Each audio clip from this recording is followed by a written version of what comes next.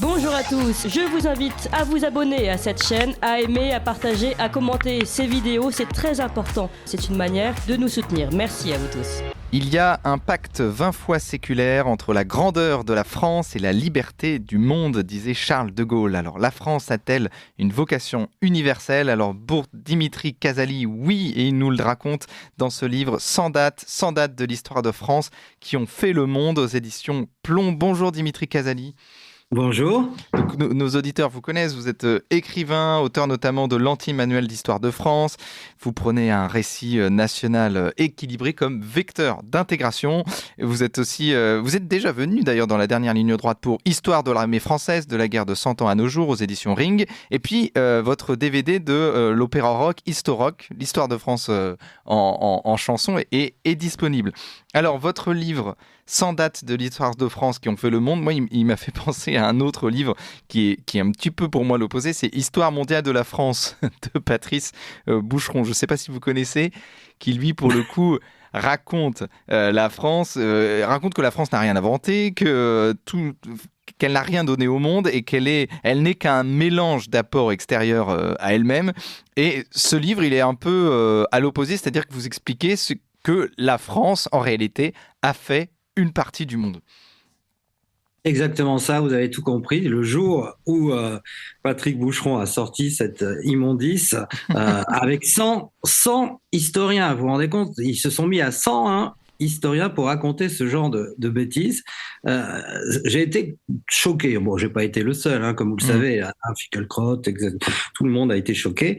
Et bien sûr, j'ai voulu, donc ça date de cette époque, de faire vraiment l'anti-Boucheron, comme dit François-Olivier Gisbert dans l'édito du Point d'aujourd'hui. Ça m'a fait très très plaisir et je me revendique, je suis fier d'être l'anti-Boucheron parce que pour moi, ça fait 25 ans que j'écris des livres d'histoire sur l'histoire de France en particulier, mais je m'intéresse beaucoup à l'expansion coloniale en particulier.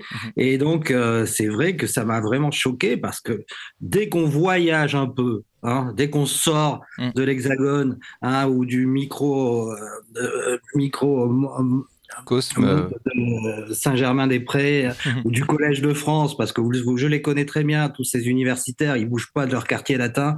Voilà, dès qu'on voyage un tant soit peu, on s'aperçoit vraiment, toujours aujourd'hui, combien la France a apporté au reste du monde, combien la France a influencé les grandes idées, et combien la France a apporté au niveau des arts, bien sûr, de la littérature, de la langue française qui fut la première au monde de 1648 à 1919, comme je l'écris dans ce livre.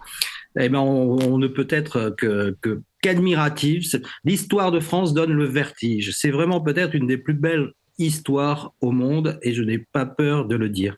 Et pourquoi nous avons honte un petit peu de ce rayonnement, de cette influence sur le monde ? Et c'est très intéressant ce que vous dites parce que j'ai eu la chance de beaucoup voyager et c'est vrai qu'à l'étranger, les gens aiment parfois plus la France que les Français eux-mêmes. Et oui, on le constate chaque année, voyez-vous, avec 90 millions de visiteurs chaque année, la France est le premier pays touristique au monde. Et qu'est-ce qu'ils viennent voir ? Ils viennent pas voir des McDonald's ils viennent voir Versailles, ils viennent voir les Invalides, Napoléon, le personnage le français le plus populaire au monde. Quand on voit comment Napoléon est traité dans le livre de Boucheron, on a envie de vomir. Et donc c'est vrai que non, mais il faut ouvrir ses œillères, se sourire le monde. En fait, on s'est jamais remis de deux choses. L'humiliation de mai-juin 40, ça a été vraiment un choc. La France a été victorieuse, c'est pas moi qui le dis, on en a parlé la dernière fois. Winston Churchill dit que l'armée française a été la première armée à remporter le plus de victoires au monde. Et ensuite, bien sûr, les guerres de décolonisation, Indochine, 54 et surtout l'Algérie, on ne s'est pas remis de ces guerres de décolonisation qu'on a du mal à digérer. Et effectivement, ensuite, il y a la vision marxiste, léniniste.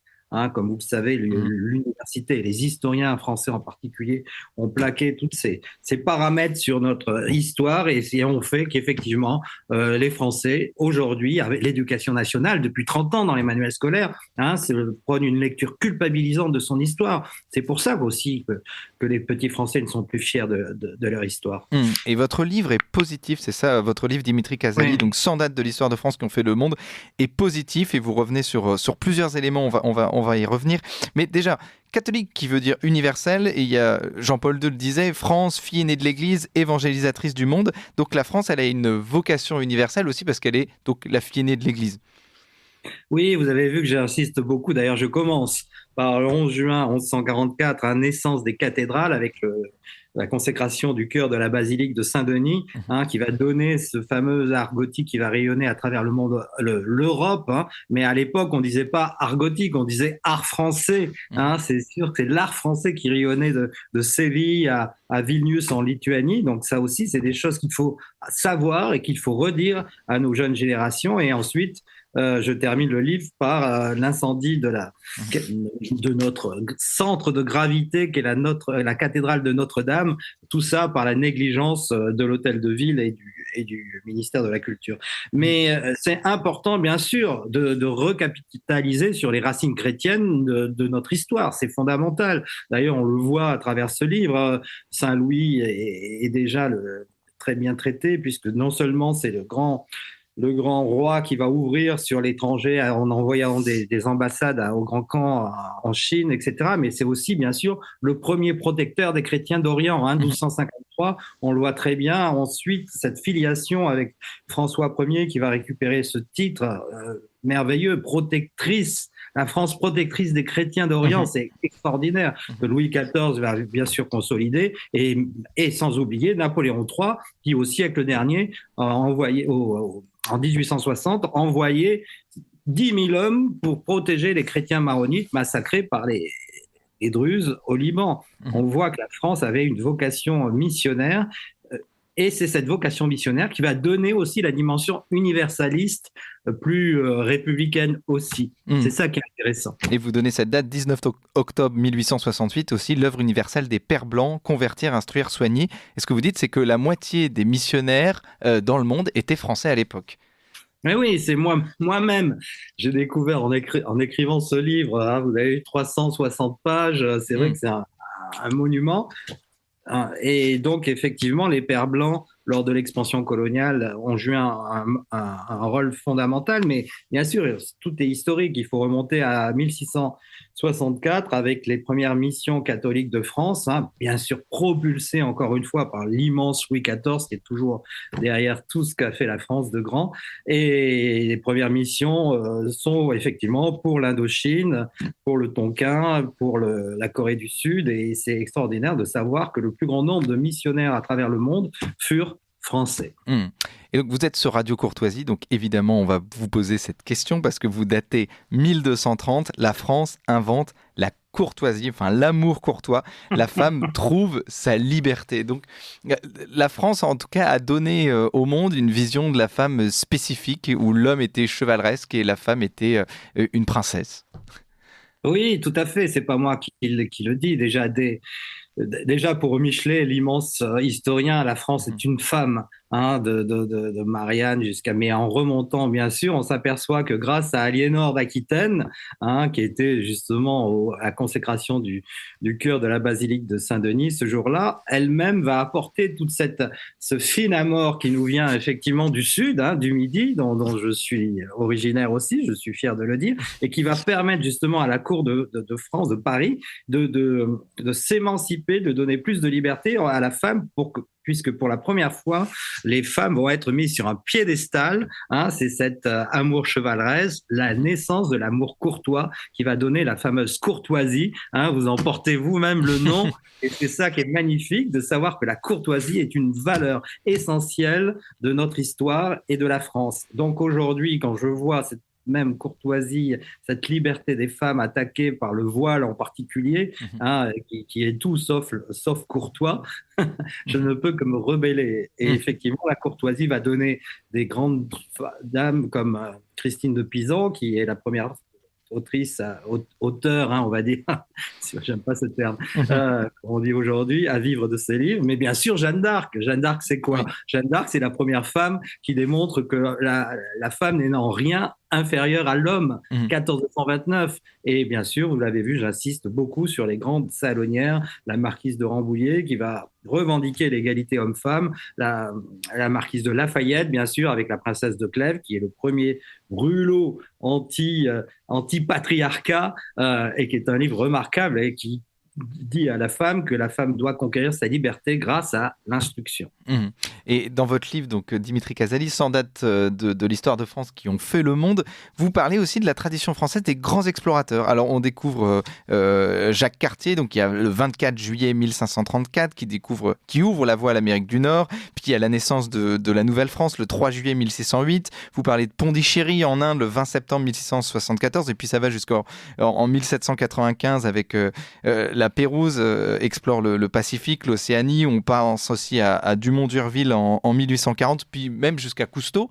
Et donc la France, elle a une longue tradition d'explorateurs.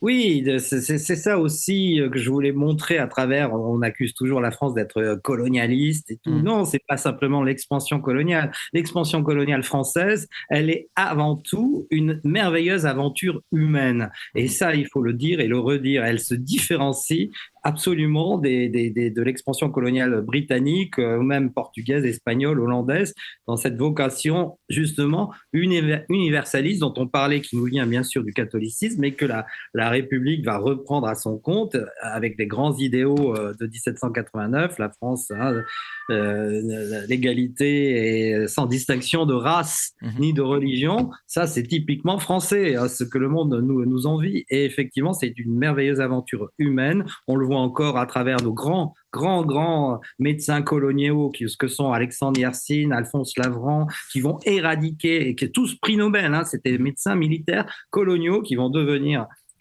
vraiment l'œuvre sanitaire coloniale en Algérie. Si la population passe de 2 millions à 10 millions, c'est grâce à ces bébés pasteurs, comme on les appelait à l'époque. Et effectivement, la France n'a pas commis de génocide en Algérie si elle a multiplié la population par 5. C'est tout ça.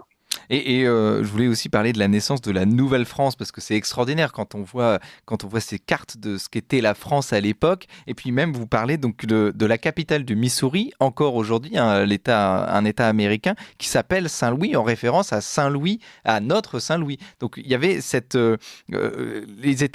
la France était présente sur le territoire américain à l'époque.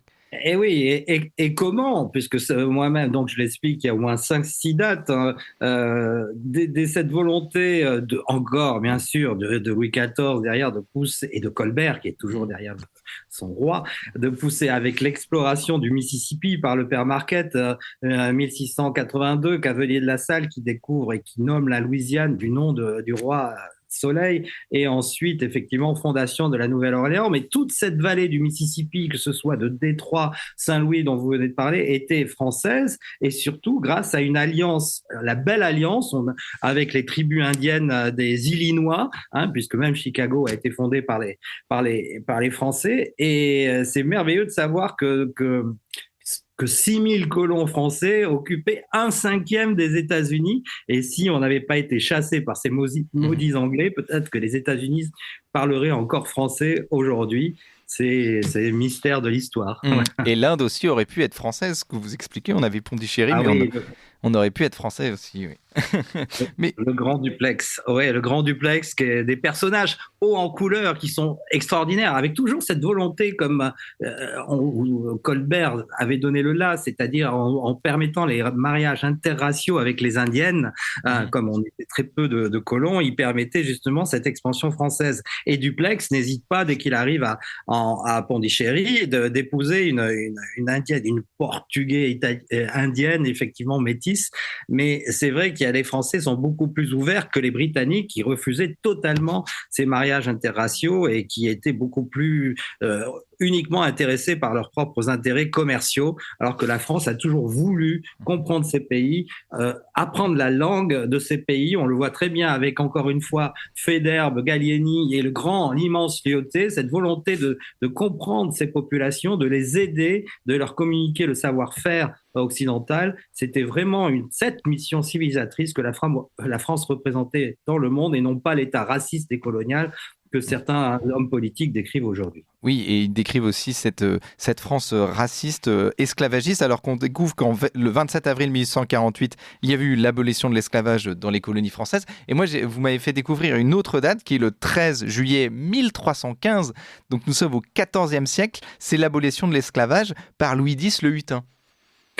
C'est des dates inconnu qu'on devrait vraiment apprendre à tous nos enfants aujourd'hui et surtout aux nouveaux arrivants, parce que c'est vrai que la France est le seul pays à avoir réalisé ce genre d'édit, de loi, d'ordonnance. 1315, l'édit de Louis X le Hutin, tout esclave qui touche la terre de France est automatiquement libéré, et c'est vraiment une loi qui va être appliquée au pied de la lettre jusqu'en 1777, et la grande écrivain Françoise Chandernagor raconte merveilleusement comment ses ancêtres qui étaient esclaves à bord d'un navire à Marseille, son ancêtre s'est évadé du navire, a touché la terre de France dans le port de Marseille, et les autorités françaises l'ont tout de suite libéré, et sa descendante a pu devenir Françoise Chandernagor.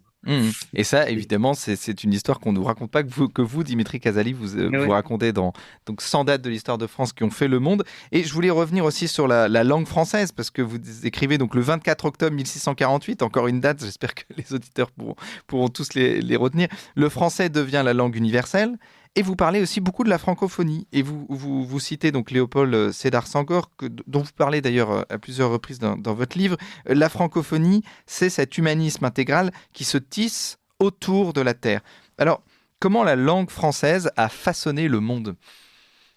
C'est ça qui est extraordinaire et qu'il faut maintenir, il faut se battre, il faut combattre, résister à l'invasion anglo-saxonne, puisqu'aujourd'hui c'est ça. Et quand j'entends notre président de la République parler sans arrêt avec des anglicismes alors qu'il devrait être fier de la langue de Molière, il faut protéger le français qui, de 1648, comme vous voulez le dire, traité de Westphalie, fut la langue des négociations diplomatiques jusqu'en 1919 au traité de Versailles. Mais aujourd'hui, la langue française est toujours la 5e langue parlée dans le monde, la 2e langue de travail à l'ONU, à l'Union européenne, au comité des Jeux Olympiques. Donc, il faut une réelle volonté politique pour affirmer cette prépondérance, quand on sait que de nombreux grands écrivains étrangers, bien sûr. Pouchkine écrivait en français, Samuel Beckett écrivait en français.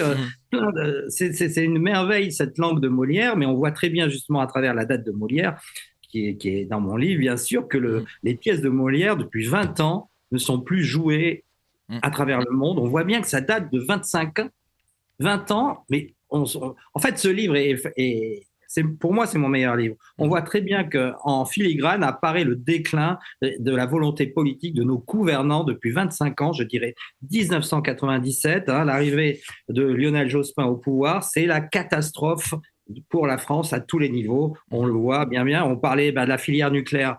Marie Curie, 1902. Encore une femme française de talent. Et omniprésente dans mon livre, puisqu'elle va donner avec sa fille Irène et son gendre Frédéric Julio Curie, vraiment le commissariat à l'énergie nucléaire en 1945, qui va donner cette énergie nucléaire, indépendance énergétique à la France. Et bien sûr, on voit Lionel Jospin avec Dominique Voynet, cette volonté de fermer Fessenheim dès 2001. C'est une irresponsabilité totale de nos gouvernants qui apparaissent en filigrane de mon meilleur livre. Mais tout à fait. Donc, on a peu de temps, mais évidemment, vous parlez de l'architecture française. Le 6 septembre 1519, on a Chambord, puis on a Versailles. Donc, d'un point de vue architectural, la France rayonne aussi, devient un modèle. Et puis, en plus, ce que vous écrivez, ce qu'on sait moins, c'est qu'elle a aussi restauré le patrimoine asiatique de ses colonies asiatiques. Oui, pour continuer dans l'expansion coloniale, on parlait de Lyautey. Lyautey, d'abord, à l'école pratique il fonde en 1902 l'école pratique des hautes études de Rabat, qui va redécouvrir la civilisation marocaine que les Marocains avaient complètement oubliée en 1902, et idem avec l'école française d'Extrême-Orient. qui va redécouvrir le temple d'Angkor au Cambodge en particulier et redécouvrir cette merveilleuse civilisation khmer que les Cambodgiens avaient oubliée. Donc, il faut se replacer dans le contexte de l'époque. Ces peuples qui sont si fiers de leur histoire la doivent, encore une fois, à la France. Et au niveau architecture, mais aussi au niveau artistique, on retrouve Louis XIV avait cette volonté de créer une industrie du luxe que la France va élever au niveau des beaux-arts, que ce soit la manufacture de Gobelins, de Saint-Gobain, toujours présente avec 100 000 employés aujourd'hui dans la verrerie et les matériaux de construction. C'est grâce justement à une volonté royale, encore une fois, une volonté politique de Louis XIV et Colbert, 1669, cette volonté de faire du luxe français la première industrie au monde. Et aujourd'hui, il n'y a guère que l'industrie aéronautique qui soit devant l'industrie française du luxe, représentée par LVMH. Oui, donc c'est vraiment un livre positif et avec 100 dates, on voit vraiment comment architecturalement, culinairement, historiquement, la France rayonne et on espère rayonnera toujours. Donc 100 dates de l'histoire de France qui ont fait le monde aux éditions Plomb. Et d'ailleurs, que vous résumez très bien, on pourrait dire dans l'introduction, la richesse de cette histoire doit redevenir dans le monde globalisé qui est le nôtre une chance extraordinaire, un champ d'espoir pour notre France de demain. Merci beaucoup Dimitri Casali, 100 dates de l'histoire de France qui ont fait le monde aux éditions Plomb. Merci beaucoup. Vous appréciez cette émission? Alors aidez Radio Courtoisie à en produire d'autres en indépendance totale. Rendez-vous sur soutenir.radiocourtoisie.fr. Merci d'avance.